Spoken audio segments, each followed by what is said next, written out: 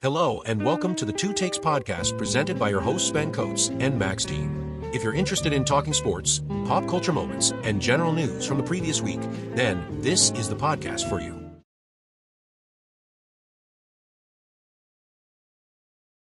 We could do free for all. But we could do. I think you and I go off on tangents quite a lot. So I think what will happen will be we'll talk about Williams, then we'll talk about Colapinto, then we'll talk about racing, then we'll talk about money, then we'll talk about football. Like it will flow like that. Yeah. So, but I'll start. We can take a turn reading a question. So I will. I'll say that. Well, no, we won't do questions just yet. But yeah, we'll review the qualifying of the Azerbaijan Grand Prix, or the one known as the Baku GP. What was for you after watching it was the biggest highlight? The biggest highlight probably I enjoyed the Colapinto. I enjoyed the Colapinto doing really well, to be honest. Like, obviously I put him in my F1 fantasy team, so that was a big help. But yeah, it was just good to see a rookie doing really well, to be honest. Yeah. Like, obviously Behrman as well did really well. I'm in 11th, but it was just good to see. And I like Williams, a good team as well, and it was just nice to see a rookie up there in Q3, because usually like you see the rookies go out very early, Q1, whatever. Obviously, you can say about Lando, but yeah, I enjoyed Colapinto being up there.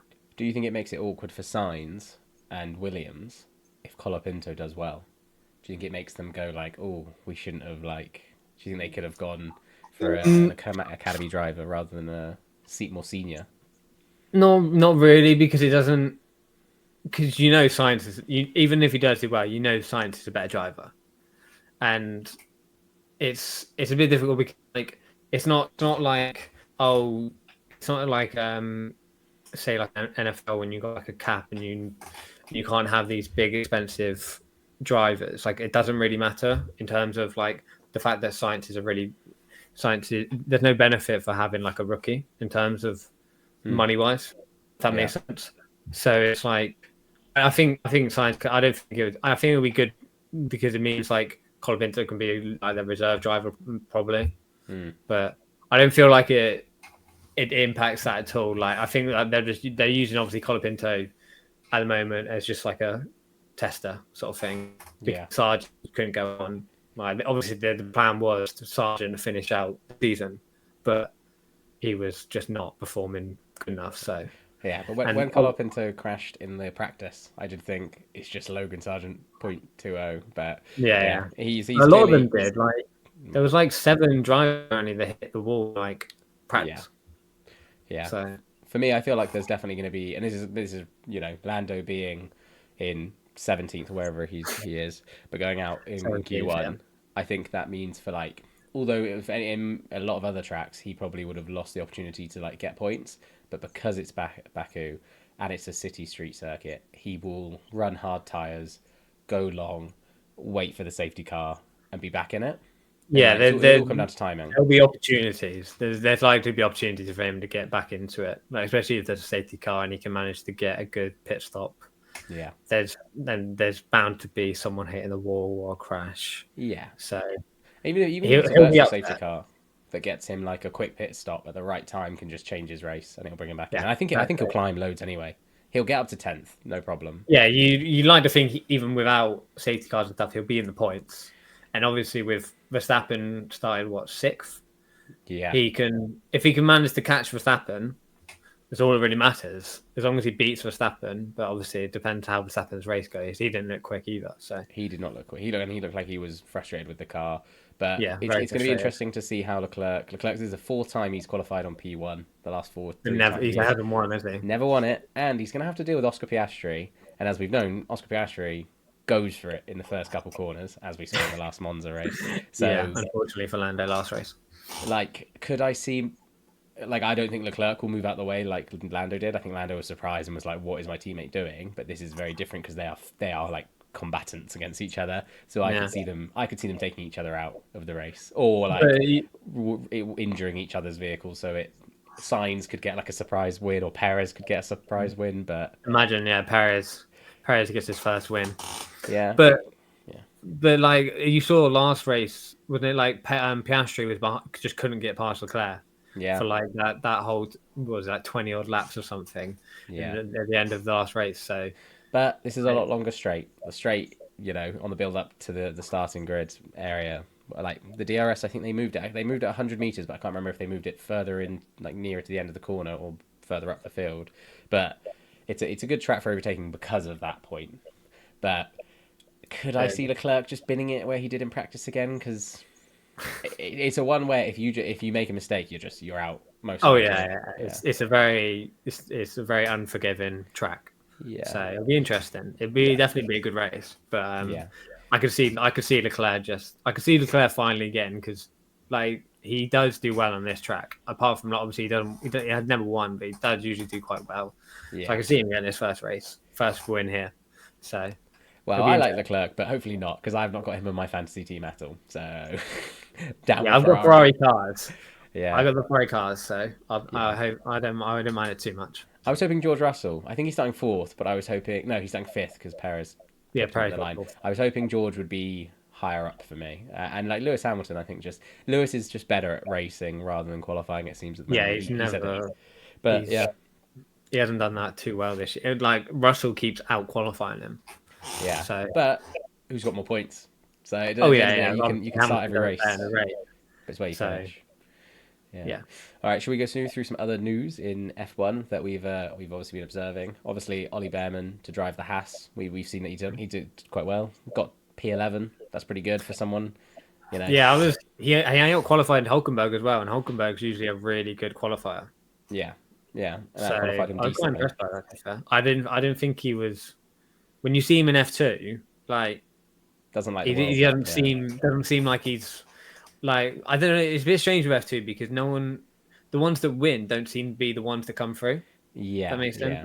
Like a lot of the ones that are up there that aren't. I don't know how. Like, I don't know the ins and outs of how they actually pick them, but obviously a lot of them are academy drivers. So a lot of them are in the Alpine Academy, the McLaren Academy, and stuff like that, and Red Bull and such. But it's a bit like I call it the Bellingham effect, where it's if you've got a good marketing.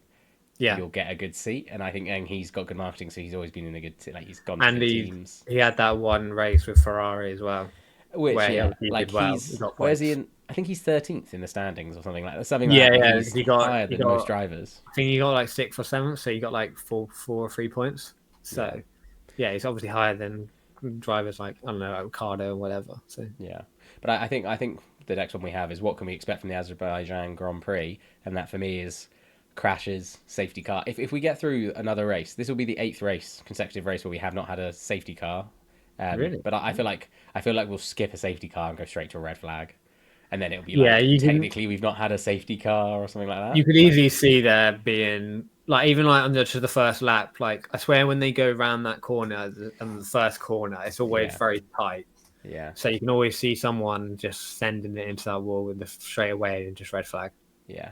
I just think, and apparently it's going to be a one-stop race, and I just think, I don't know, maybe not. I think we might have to see might see some strategies like Monza, but it's going to be interesting to see if Ferrari can not do a classic Ferrari, because right now McLaren seemingly have just got lost the rule book, like the playbook for strategy, and we would normally expect to see all these plays of like Lando going out ill-timed or them like not offsetting their strategies in Monza, having. Piastri stay out and Lando pit. That's a Ferrari mistake. It's very interesting to see if Ferrari don't do the normal thing. But I like it how they've said this weekend they're going to prioritize Lando, and then he goes out in Q1. Yeah, I don't know. So what Piastri can do now? He'll have to. Maybe... Yeah, exactly. It's not like Piastri just has to do his race now. Like even if I was Piastri and Lando managed to catch him. I'd be like, no, you messed up your time. It all depends what everyone else is. That's I know. It all depends. Like if Max Verstappen DNF, and at the end he's going to get every point would matter. Maybe if they're 1-2, but if it was like 3rd and 4th, if it took Oscar off the podium, I think Lando would for the 2 points, and I don't. Yeah. If you're taking him off the podium, it wasn't Lando's mistake. I don't know. It's not like Lando binned it into a wall, so it's not like obviously biased because big ups him, but I think it's hard to say that he threw this away. It was very ill strategy, and he can't be driving the car in the strategy. It was unlucky, but it was also I feel like again, like they could have just gone a bit earlier. It's Q1. Just freaked everyone out though. The following ones, everyone's like, let's get out right now. Let's not mess around. Okay. All right. We'll leave that one for a second because we'll have to just pick it up next week and see what the outcome was. But I just think it's going to be drama, something interesting, or I think Lando Norris will show why he's a world-class driver, or like why he deserves to be champion. So you'd like to hope he does that. You'd like to hope he can manage. I'm not saying win it, but like we'll show that he can get into the top 5. Maybe get ahead of Verstappen potentially 4th, 5th. But if you get a podium, that would be very good. Podium is what obviously what he's aiming for. But if Piastri wins though, it's going to be extra bitter for Lando because he'll be like, I could have won that. I could have. That's more points, and it's just it's going to be this Netflix. If you think Drive to Survive, this is not just going to be like how he won it. It's going to be how he lost it, and like everything that could have gone differently. And it's going to be. And they're going to play off. They're going to play off Piastri and Lando against each other somehow in Drive to Survive, like they always do with these little rivalries. Yeah. But anyway, we move on to more exciting news, I guess, in F1 that's off the track, and that is obviously Adrian Newey, the mega mind that has won many, many championships with different teams, has decided to go to Aston Martin instead of Ferrari, which is, for 30 million for 5 years, big money move, and so I'm not surprised that he chose them. I'm surprised he committed to 5 years. That's a long time, but yeah. Well, how long was he? How long was he at Red Bull? He was at Red Bull for quite a while, hasn't he? I can find out. I can quickly find out. But he always does do big stints. But he apparently, I heard Christian Horner saying when I was watching the qualifying today, he was like, they nearly lost him in 2014. So you're right. Was he there maybe for a decade, quite possibly? I think. Yeah, however long it was. He's been there a while. Definitely been there a while. But he's been at McLaren, Red Bull, Williams. Mercedes. Yeah. With the Williams, not Mercedes. Yeah, it's Williams racing. Yeah. It's all the English-based ones. Yeah, so he's done 2006 to 2024. Fair play with them. So that's a big career. And then he was at McLaren from 1997 to 2005. And then Williams, he had obviously a career before this, but he did 1991 to 1996. So yeah, it's a 5-year stint. But obviously this is going to be, the focus for him is not next year. I think he actually, because of gardening leave and how the contracts fall, he joins 3 months into the next season, something like that. Or maybe I think it's... He has to have like a year kind of out, doesn't he? Well, I don't know if he has gardening leave. I think he's got a pretty saucy contract where he's not like your average Joe, obviously, because who he is. So when he's signed, I think he's allowed himself to just work straight away. But I think he's not quitting his contract. I think he's not quit Red Bull. When his contract ends, he's going somewhere else. And so it's very like amicable. But I think when I watched the announcement, I don't know if you had a chance to watch it when he did it with Lawrence Stroll, he was like, they were both like, this season's a write-off. Next season, we'll just have a good time. And then it's like 2026 when the new regulations come in, game on. And so I'm quite excited for fantasy. Like we might get into the new, like next year will be maybe really exciting because there's like 4 big teams like winning it now. But when there's new regulations, the first race, it will just be a free for all. Like you don't know what's going to happen. Yeah, you'll have to really spread bet, like really cover your bases and stuff. But that's interest. But why do you think, in your opinion, do you think he chose Aston Martin over Ferrari? Well, I think I saw something saying about how it's a lot of his choosing is because they're English based, as in like the factory and everything. The fact that he doesn't want to move his kids, doesn't want to move his family. Like, because obviously if we went to, everyone was saying how he's going to Ferrari, but obviously that would mean he'd have to move all his whole life over to Italy. And like I was saying, the Williams, McLaren, Red Bull are all based in England. Yeah. So I feel like that did probably had a big impact on it. Like, obviously he's an older guy as well, but he probably doesn't want to be moving out there for 5 years, moving his whole family. Obviously the money will have some impact because it is a lot of money. I saw something that's saying it's like $3,000 an hour or something like that, something stupid like that, which is just unreal. But yeah, I feel like there's definitely, because I'm not being funny, like it's not like you've got Alonso there, but Alonso's not going to be there forever, and Stroll is just not. He's just not a good driver. He's only there because of his dad. As simple as that. Like he's not a good driver. I think that's an interesting point you make because actually it's going to be it's going to truly show the test of like throughout the generations of amazing drivers from Verstappen to Hamilton to Schumacher. It's always been the argument of that it's the car, not the man. Yeah. But this is a real defining point in the sport where if they make the best car you possibly can, they built 3 new facilities in Silverstone. They've got the brightest minds. They've got one of the best like mentors, because you've got to look at it as like he's had Vettel, he's now had Alonso. They behave really well, unlike they used to in their other teams, because they're training that boy, basically, is how I see it in my mind. And now, if they make him a car where Alonso basically can win a race, it's one team strategy. If they're 1 and 2, every race is Alonso really gonna be like, oh yeah, go on, son, straight through. Like, I just don't think that's something that can possibly happen. Alonso is not the kind of guy. He's not the kind of guy to give up places either. He's not gonna. If they'd be like, oh, we want to give Stroll a win or whatever, anything like that, Alonso's not going to do that. I think he's biding his time. I think he's playing Lawrence Stroll's affection for his son. He's like, I read somewhere he was willing to give up some of his salary to get Newey to come. And I think everyone's like, oh, he's being so supportive of the team, but I think he's like a wolf in sheep's clothing, and he's like, when they get me that car, Lance Stroll can get on the back of the bus because I'm at the front. I'm driving the bus. I think he's gonna like. Well, he just wants to win, doesn't he? Like like purebred, like wants to win, like pure racer. Yeah. And he's like the old guard sort of thing, the old dog in the fight. Yeah. And he's gonna be. You saw, like, what was it? Was it Northern last year or the year before, where they had like a really good car, and he was like loving it, and he was getting podiums. He's still got it. It's just he needs the car, and then I think it will show once because obviously they won't have a good car next year because doesn't work like that. It's not that quick, but obviously like the year after that, when they hopefully have a better car, it'll be good to see if Alonso at that point will be. Will he 43? Be there? He might not even be there. You never know. That's but it. he'll be. I think 43 at that point, or 44. Yeah. So will he still be going? Will he still have it?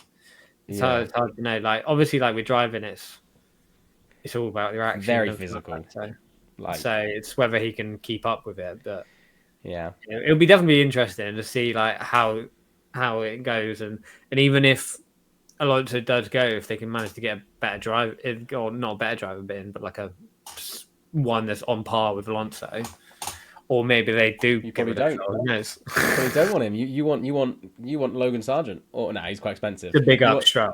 Oh yeah, you want someone who will. Yeah, they'll bring a rookie in probably and let Lance be the number 1 driver, and I just think that it's got to be the way. But I can't remember where I read it. Maybe it was on Sky who did it, the talk with him. But Alonso was like, I'll be driving in next year, I'll be driving 2025, and I'll be driving after 2026, like when in the new regulations. He wasn't saying, I don't think he said like I'll be driving with Aston Martin, which is an interesting observation. But he'll go to like a Haas, like they all do, like the old dogs will always go to like the teams where they want someone who's experienced in their ranks. But I don't know, like maybe I'm wrong about that, because I think Alonso's like you said, hungry for it, and he wants to. Yeah, I feel like he's still got the hunger. I feel like he's not like you saw with kind of like Vettel when he was getting towards the end of it. It's kind of like it seemed like he was just hanging on. Oh, he looked wrecked. He looked homeless. Like when he had all the hair and everything. Like he just kind of let himself go, whereas not like in a bad way. You know what I mean? Like, visually, like visually, like, and like he it just didn't seem like he had like the hunger anymore for it. Whereas Alonso, you can still, even though the car's not great, he still manages to get points and stuff. Whereas Stroll seems to always be like qualifying 15th, 14th, whatever. So it's there's still a bit of fight in him. It's going to be an interesting story. Like, let alone Drive to Survive's got a couple seasons in the bank. Basically, I think that series can keep going. But we'll move on from that because we've done a decent chunk of that. But it's going to be interesting to see what happens this weekend. Interesting to see if that financially pays off for Aston Martin, because he might draw them a crap car, but I doubt it because he's won so much. Yeah, you'd like to think that he'd be able to sort out the car at least and get them a good car, and hopefully he's worth that 30 million. So 30 million a year, just cook it. And you say it probably is £3,000 like a minute or whatever like that, but that's like each minute of each day or something. That's how we always calculate it. Like for footballers, we always say they're earning this per minute, but they don't work 24/7, 300. No, And so exactly. actually, if you put it into like their working hours, I know like footballers and these people like don't have 9 to 5 hours. They do work 18 hours a day because they're always switched on. But even if you take away the sleep cycle and compound the money into those hours, it's be still ridiculous. Sick making. Good on them though. Fair play. Someone's got to do it. Someone's got to have that money. But as we are recording this on a Saturday, and there's a lot of football going on right now, I thought I'd just flick and just have a look. Obviously, mistake because Man United won earlier, 3-0. You and I discussed it a little bit before we started recording, and we did both watch it, and I think they could have had a load more goals. It was almost like a lot of them are nervous to shoot in the box, is what I took away from it, because, but 3-0's 3-0. We needed that, I think, for you did need a win, but if they score that penalty though, then that's a completely different game. Well, do you think we'd have lost just straight off the bat? No, I feel like you probably would have. I would reckon you probably would have drew 1-1. Like you would have got like a late goal. Yeah. And just managed to steal a draw. Yeah. But the penalty was horrendous. It was, and the little header as well. Yeah, I think it was Cameron Archer. Yeah. And it was just like even the header, like I don't know. To be fair, he probably couldn't have tested it down or anything. But then, just make more of an effort. He just literally just give it a bit of a for something. But it was a terrible penalty. It wasn't even in the corner. It's not that Onana made a great save. No, it was a bad penalty. Yeah, it was just a killer. I'm not even sure. It didn't even look like it was kind of in the box. It looked like it was a little bit out. Yeah, when I watched it, I actually missed the kick. I looked away at the wrong time, and I saw the replay from an angle, and so I thought it hits like Onana's leg. But I thought I'd bring up football now because I've just got the time, all the other games up on me, and Leicester are winning, Fulham are winning, and now City, although going behind 1-0 at the first minute, 35 minutes in. And it's Haaland with double goals, so if he's on your fantasy team... already on for a hat-trick. Says it'll be 3 hat-tricks in a row if he gets that. You put him in your team? You said he wasn't going to score a goal. But usually that's the way it works. Usually you put a player in your team and they just do horrendous. But got him captain. Have you got him captain? Captain as well, yeah. So big money points for us. Yeah, but everyone has Haaland captains really, so we're not going to see like... Yeah, exactly. It's not like worldy, yeah. I didn't have him in my team, so I had to get him in and keep Salah. That's what I wanted. Him and Salah. I did begrudgingly put Salah in because I just thought I think he's cooking this season, and he's doing well. His new hairline, haircut, new gen. I think a new character. Yeah, I think my fancy team. I don't know if I took Garnacho out. I think I might have because I remember I was saying about thinking of swapping him out for... Yeah, but you had 2 Liverpool players and 2 United players, which doesn't seem wise. Yeah. As your midfield. That was your midfield. 2 Liverpool, 2 United. Yeah, United won 3-0. If Liverpool could pull their finger out and score some goals... Yeah, Fernandes got you an assist. I don't know if he got another... So I've got a goal and an assist. He got the first assist. There we go. Decent. I don't even know who did that. I've just also seen our F1 provisional points, and I'm 8th. Yeah, because Lando. You're 7th. Because Lando. Because I thought you could do the chip thing, but you have to do that before, do you? No. You can use the final fix now. So you. No, I can't. I tried to use it. It won't let me do anything. It's because these are provisional points. They've got to lock the points in first. Oh, okay. So I can do it tomorrow. So I would most likely swap Lando for Leclerc, and you'll probably... Yeah, that's what I'm going to do. And obviously then he'll crash turn 1. And then you'll kick yourself, and then Lando will get loads of points because he'll race through everyone. But yeah, we're back to football. Anyway, I'll be there, knee sliding across the ground. But yeah, anyway, we will keep an eye on those scores as they go through. Good time to actually record while it's going on because it's a bit of a live talk. But for me, obviously, I think the funniest thing I could remember from the last week that I noted down was Rooney playing against Celtic in a friendly and scoring an absolute screamer. And I think we should sign him. I think we should keep him. I think we should bring him back. I think we should go for American football style things, and we should introduce that you can sub on a specialist. I think if you've got a free kick or a goalie, you bring on your specialist player. I think that could be a new form. Never going to work, is it? But obviously, he could be a. You can be a coach player for. He could do it for Argyle.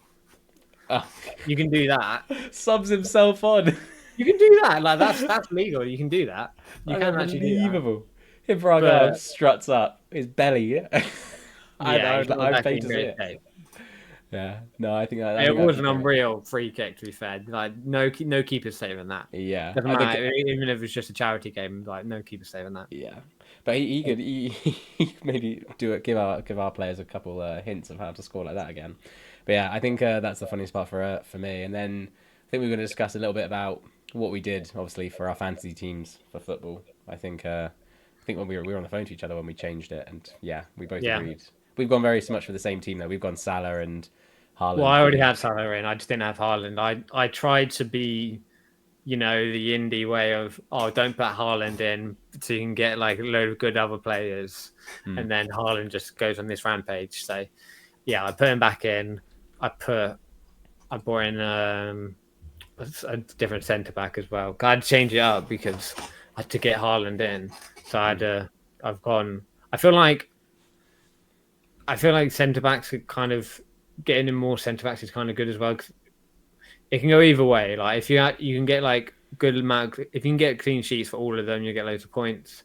Like clean sheets, in a way, is kind of easier to get than that specific player scoring. Mm-hmm. That makes sense. So like, you can get more teams will get clean sheets than that particular player scoring. Yeah. So that could work the way. But yeah, Salah has to be in there. Cole Palmer obviously had to go out because he was injured. Yeah, I had him in my team as well. Watkins went out for Haaland because he's injured, but also just to get Haaland in because you just need him in there.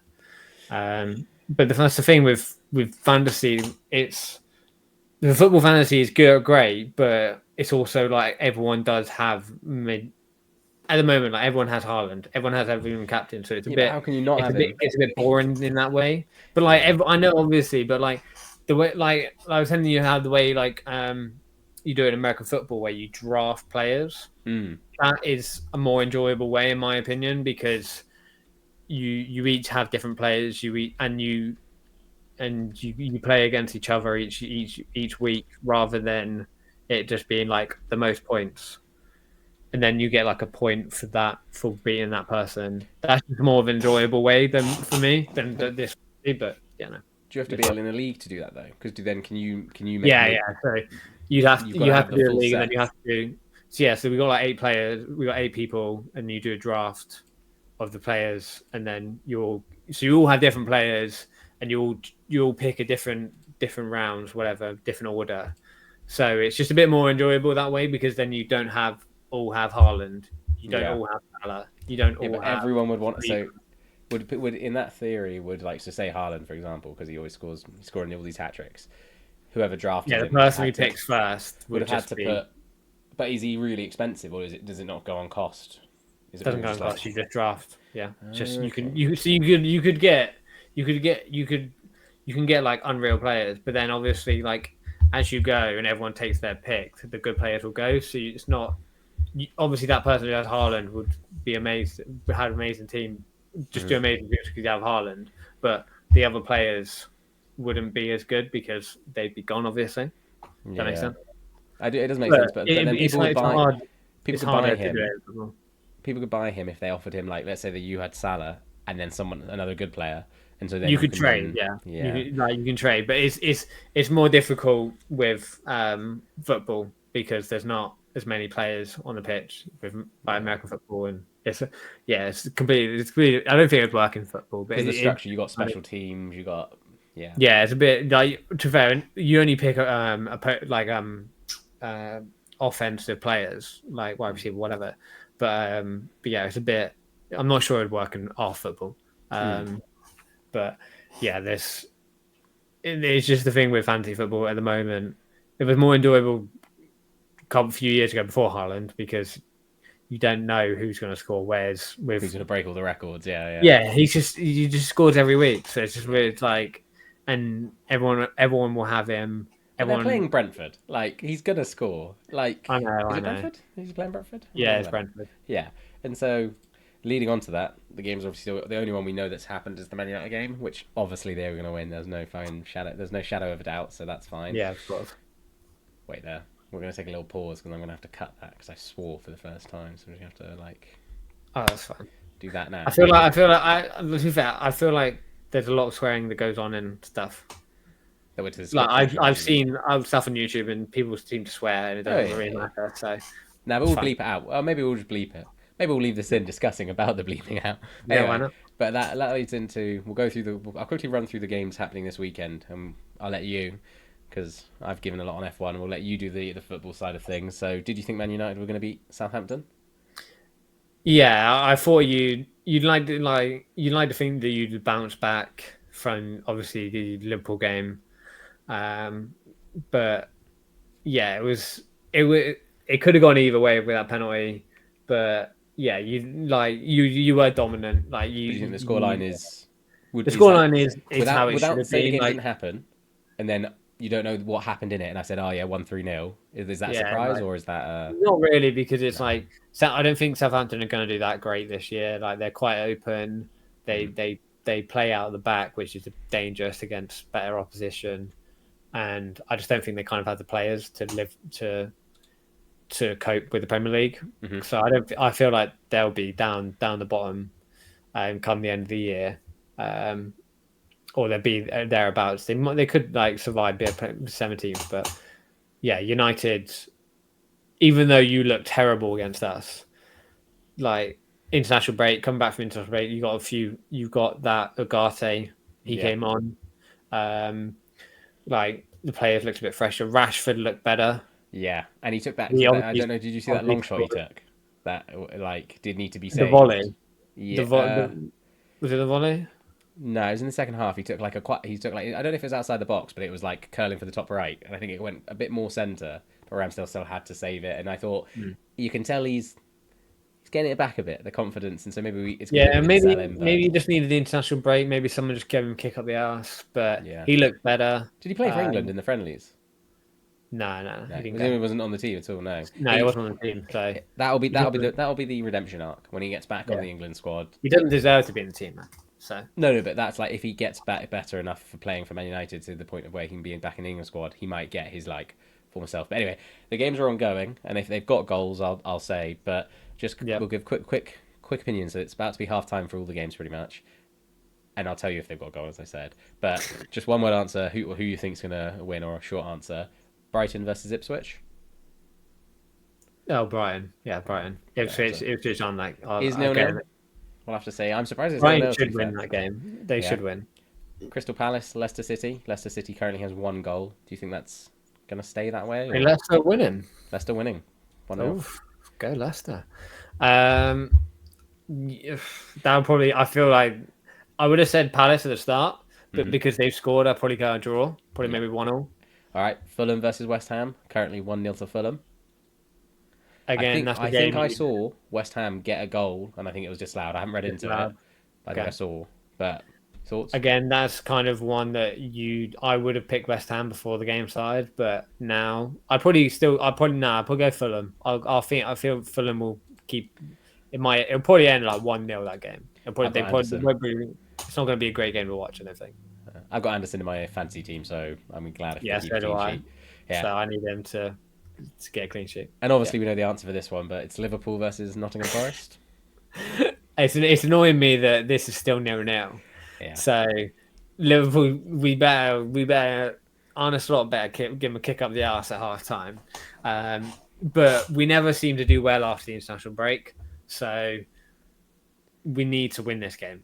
Yeah. We need to keep up the pace. This is a game we have to win. Like it's not like a game against, I don't know, like Spurs where you can draw or Arsenal. We need to win this game. Yeah. So, but Nottingham Forest it will look great. I could see them scoring. I could see them scoring, and then they'll still lose 2-1. Yeah. Hopefully in the second half things open up. They get a bit tired. We bring on some subs. Yeah. And hopefully we do all right. But yeah, we need to win that game. Liverpool Obviously, we'll win. 2-0. It'll end 2-0. Or if you want to go and pray now, it's fine if you want to go and take a second. Yeah.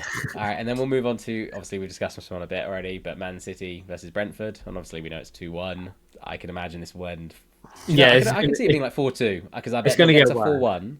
They'll go 4-1, and then Brentford will just be like, goal. They'll just like throw it in at the end. Yeah, it will get worse. Like I could see Haaland getting.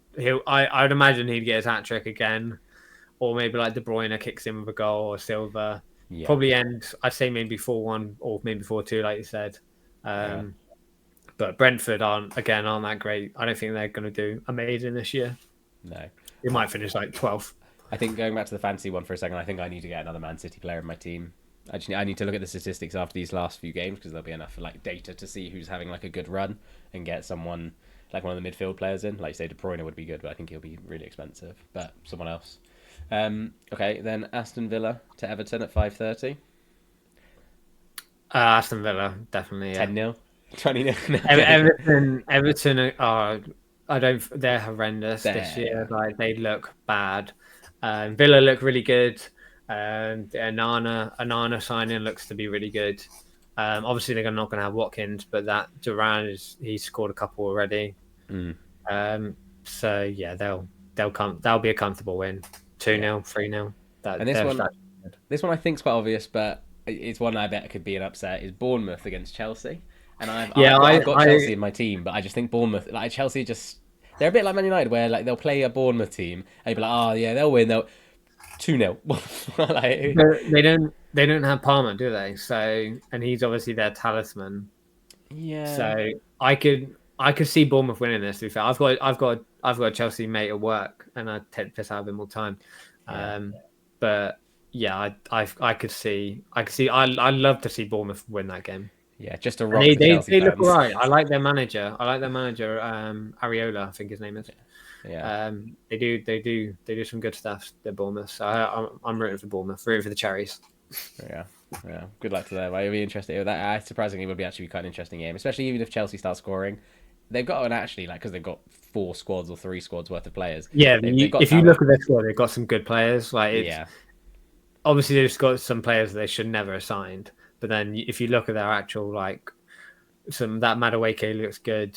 Yeah. Caicedo, as much as he didn't look good at the start, he's a good player. They've all got potential. Yeah, for sure. They've definitely got potential. And obviously, I think they have 7 goalies. I think they have 7 or 8 goalies. Like they have a lot. They keep signing, but they keep signing loads of like Brazilians and then just like loaning them out to. I think they've got like a sister club at Strasbourg or something. Oh, I didn't know that. Yeah, I think they just like loan them out to them, and they just keep buying all these little Brazilians that you've never heard of. Yeah, and so then there's 2 games tomorrow. I'll start with the one that's at 4:30 because the next one we probably want to talk about for a bit more. But that's Wolverhampton against Newcastle. Is the 4:30 one? I'd go Newcastle, but Wolves don't look too bad this year. But Wolves have lost every single game this year. Yeah, but I don't think someone's got to win eventually. I don't think they're as bad as they seem, as the good results have been. I thought last year they do quite well. Like they had good players last year. Like Gary O'Neill did quite well with them last year. I don't think I like Gary O'Neill as manager. He's a good manager, and I feel like they've got good players. They lost obviously Neto, but I feel like Wolves can do all right. But I'd probably pick Newcastle to win that game. Yeah. Isaac, Gordon, Bruno G. You'd like to think Newcastle win that game. Yeah, and then we look for the 2 o'clock game when we move to London and we see Tottenham versus Arsenal, bit of a derby, and so I think it's probably going to be Arsenal. I think I'd rather. I don't know. They got all those injuries. I feel like they're not going to have Rice because of the suspension. Their Moreno, who they signed, got injured obviously in training when Gabriel fell on him or something like that. They don't have, was it the striker? Jesus isn't there, I don't think. Odegaard, he's injured. So did you see the guy? I think over Instagram apologized. Yeah, that was embarrassing. Oh, it was funny. Like he's injured for 3-4 weeks. That happens on a regular basis. You don't need to apologise. Yeah, that's just because it's Arsenal. That's just because it's Arsenal fans and they cry about it and everything like that. That was embarrassing. Yeah, but to be fair, it'll be an interesting one. It's definitely a game I'm going to try and watch. It'll be shown, isn't it, at 2 o'clock? Yeah, it'll be on Sky. But I hope Spurs win that game. To be fair, I'd like to see. I hope Arsenal win. So that's a good divide. We'll have to I'd like to see Spurs win that game. Yeah, obviously, it's always a good derby. To be fair, It's always usually a good derby. It's probably at the moment. It's probably like the most competitive derby because the United Liverpool one. We always just dick you. So rather lose that game than possibly other games. If you want to talk about current games that we've beaten you and you've beaten us. Oh well, the FA Cup, whatever. Yeah, exactly. rather win that game. Yeah, but I'd say at the moment it's probably the most entertaining derby as well. Definitely. Yeah. Because there's some real hatred there, but I feel like the United Liverpool one is kind of died down a bit, and obviously the City and United one gets built up, but that's always like very one-sided. I know. I'm not talking about the FA Cup, but actually I can't remember the last. I think we might have won one of them last year. One of them. I think we won. I hope. I feel like I thought the last one you won was when Pogba. It was like 3-2 and Pogba. No, we've beaten them in a league game since then. Yeah, tripping. Maybe I've just like dreamt it just to stop the pain. But we still win trophies unlike other people, and so I think we're talking about Man United. I think obviously there's a lot of young players that have come in and stuff, and you look at Maino is obviously the example that's gone to England, and I'm there's always the fear that there's gonna be too much pressure from fans, and he's got England fans and Man United fans, which is just a double load of crazy. But there's loads of other people coming through, and it seems that we spent the money in the right way. It's the most money we've not ever spent, but a load, like it's quite a high amount, and I think it actually might have been the most we've ever sold as well. So we've done like a real shuffling of the deck, and we bought in the right areas, like we bought defenders and stuff. Obviously, the biggest thing that plagues Man United is just injuries, and obviously Arsenal's going to face that now, which is going to be interesting to see how they weather the storm. But yeah, I think Arsenal are just like you've listed them all off already, but it's just something they're going to have to. It's going to show if they're like. It will show if their squad's ready. Yeah. If they're proper ready, like because as much as it is still a derby and they've got the injuries, this is the kind of game where it's like if you win this shows like kind of like Premier League winning pedigree sort of thing. Yeah, like it shows that they do have the right stuff to win it, and it obviously it's still very early days, but it's a game they'll really want to win. It will give them loads of momentum, and hopefully that will mean obviously once they get Rice back, they can proper kick on. So it will be an interesting game, that's for sure. There's hopefully a bit of fisticuffs, hopefully a bit of feistiness in it. You love a bit of, put some strong tackles in there. Yeah, just a bit of, you want some like hard hitting tackles and whatever. You want a bit of that. Yeah. One thing, I'm just looking at the table. Obviously, there's only 4 games played for many of the clubs that are going on right now. But if Liverpool don't win today, Man City, they're in the lead instantly, and it's just going to be like here we go again. But it's still early days. But obviously, we need to.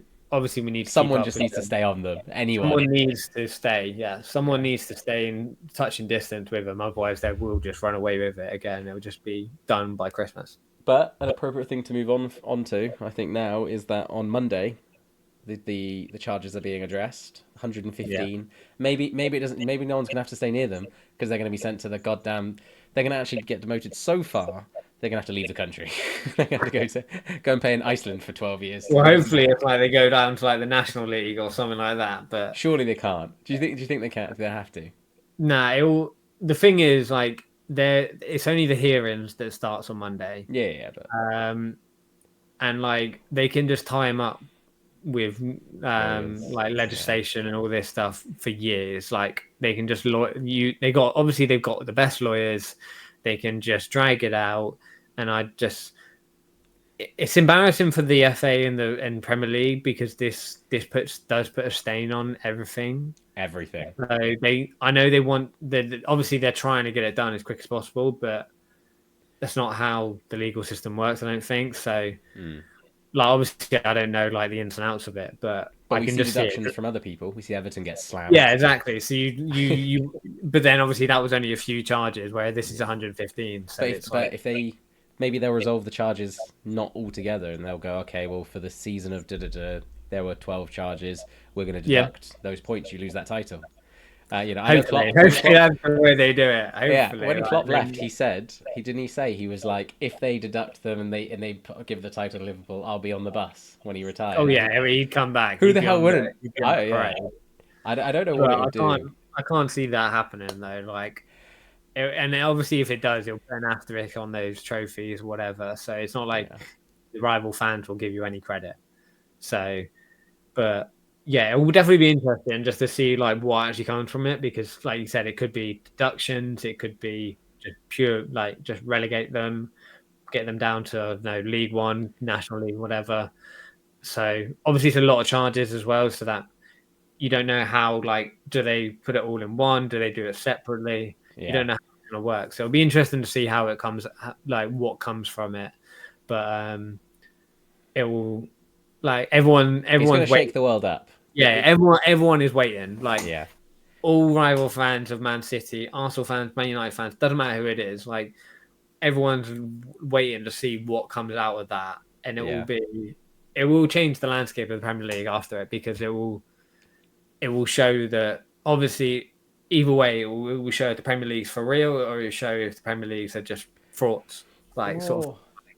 See, I think the soft part's real, but you say, is it for real? I think it's a lose-lose for the FA. I think if you punish them so much that you demote them, it tarnishes a decade of football. And do people want second place medals? I think it's very tough for saying, oh, you won't give them credit, but actually it's, in 20 years' time, those trophies are still going to be in those cabinets to those people who came second, so I think they'll still take them. But if the FA make it harsh, it tarnishes football. If they don't do it harsh enough, people will do what they've done. And so, like, you've got to come down with not just an iron fist, but like, if City do get found guilty of all these charges, then they've got to come down hard, and they've got to give it like whatever the maximum. It's got to be shocking, hasn't it? Whatever the maximum penalty they can get, they've got to do that if they are guilty of every single one of those charges. Obviously, if it's only a couple, then just deduct them points like they've done for Everton, whatever. But we don't know how it's going to work. We don't know how, like, is it going to be all in one? Is it going to maybe they'll suspend them for a season? Be like, because of the multitude of things, if we give you a deduction, there's no point of you playing the games. So, or maybe they'll say play the games, but you're on minus 100 points or something. But I think that's a very bad way for it to deal. I think that's maybe where they'll go. I feel like the points deduction thing isn't going to work, because it's like it's too many. Obviously, if it's because of that amount of charges, you'd expect it to be a stupid amount of deductions. Yeah. So I don't feel like that could work. If it was like, oh, we're going to give them 100 points deduction, whatever it is, you might as well just relegate them. Yeah. Because they can't get those points back. So you might as well, like, it doesn't make sense if it's that kind of thing. But it could be like they could ban them from making transfers. Ban them from European football. They did that with Chelsea for like a year when it was Frank Lampard. It could be something like that. It could be a lot of different things. So the problem about all that, though, and this is what I've discussed with people in the past, is like, if you relegate them or you fine them, and my biggest fear is that they're just going to be a monetary fine, and then they'll get away with it. It's like getting away with buying you out. Because that's just. The problem is, if you then went to Newcastle, I've got a hood up, but I'm fucking like the smoke machine, and I walk in their boardroom and say, listen, I can give you 6 years of just the best lifestyle you've ever had. You can we'll break every run of the sun, and they'll just fine the shit out of us. Even if they put us down a league, we'll still, if we have the history, it was worth it. Like to get punished, whatever they do to us in the future doesn't change the past. And so, for me, I think if they don't like affect the past, everyone, like Newcastle's the example, because I just think it's the money, like where they've got the like the backing. If they would just have that discussion of going, oh, well, let's just do it. We'll do what they've done, and we'll just live with the consequences, and we'll lock them up in court. And I think it's got to affect the past. I think because if it doesn't, it's all just like Mickey Mouse decisions, and it doesn't actually change anything. Yeah, and who wants to see Man City in a lower league? Like, there's no point. Yeah, I guess, but then there's got to be some kind of punishment. Like, it's difficult to take away their trophies, because at the end of the day, no one's gonna want those anyway. I know, obviously, like fans will take it. No, but like, obviously you take it, but it's not. Yeah. it's not like you've actually won it kind of thing. It's a moral victory sort of thing rather than an actual victory. If that makes sense. So Or put it this way. makes it a bit difficult. Put it this way, when you play FIFA, yeah, you've got a pretty good team. You've opened like packs by doing SBCs. You've done like the normal way. Then you like search up a game, and they've got the best squad you could possibly imagine. And you're like, the only way you could have got that is by opening just mad amount of packs, spending mad amount of money. Now when you lose to them, if you found the hacking and stuff, if you then like, they give you the win, you wouldn't be like, I still feel like I could have beaten them. Like nah, they bought their success, and so you can't beat them because it's like unlevel. And so for me, I see like a lot of people would take it going, well, they cheated, so by rights it's mine. And like in F1, if you think is that example, or any sport, if you find out the opposition's cheated, you'd expect they've done someone to do the right thing, and second place gets it because they would have won anyway, in theory, if the other person didn't cheat. I think it's got to be past stuff. It's got to be, yeah. It's just like they're going to either. Could you? Mm-hmm. What if they just said, we just cancelled the winner of their title? So like, let's say like what they're like, particularly, let's just say 3 years ago. There's just no winner for those ones. No winner for those. It's hard, and they own it. They go, it's a dark point in our history, but we're going to come down, and it's just a seasons we're going to forget, and we've stripped their titles, but we're not going to give it to anyone else because it's a part of our history that we're going to just have to move on from. Like they like sort of own it a little bit, and maybe something like that. I feel like that would have mixed reactions. Like, I feel like some people would take that. I think some people would be like, okay, that's the best you can do. Like, but then I feel like other fans would be like, it'll be the fans that could have had those wins would be like, no, just give it to me. But, yeah. I think it's just got to go case year by year. So say it's like 11 for 1 year, 12 for year. They go year by year. They do the deductions of that year. And if it means that they don't win it, you pass it on. And I think that's the only way you can do it with fans respecting the FA's decision. Otherwise, if it's like, they can be relegated, but they can keep their history, people will be pissed off. If we go, all right, we're going to fine you and ban you from trading and fine you a bajillion pounds, people still go, of course they'll pay that price. They don't care if they can't. They won't care if they have to sell their entire stadium if they've got all those trophies. And I think, But anyway, that it's going to be really interesting. Like, let alone the decisions, but seeing how they handle it in like, is it going to be 10 things are going to be sorted? So for this season, we're going to give you minus 20 points because of these charges, but we've still got 105 charges to review. Like, it's going to be really interesting how they. Thank you for listening. We hope you enjoyed it. But if you didn't, well, cheers for the view.